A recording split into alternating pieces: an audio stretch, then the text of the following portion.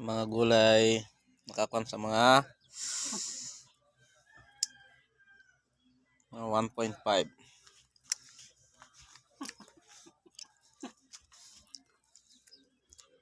Yan kami dito sa bundok.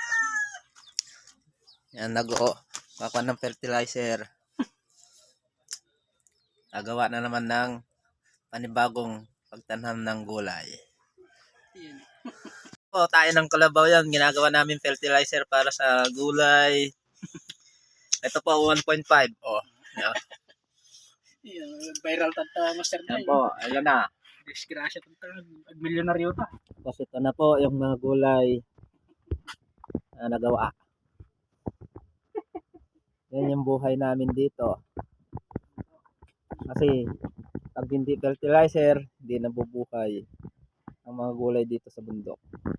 Ibang lupa dito, tignan mo. Ito yung pag-process ng gulay.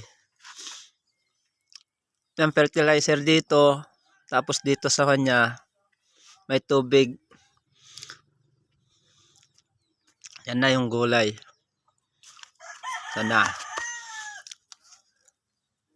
May tubig yan. Kaso wala pang kuan. Tain ng kalabaw to.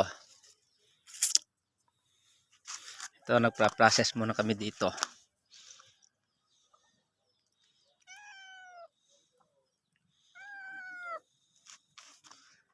Yan. Mga process. Tubig. Ito na.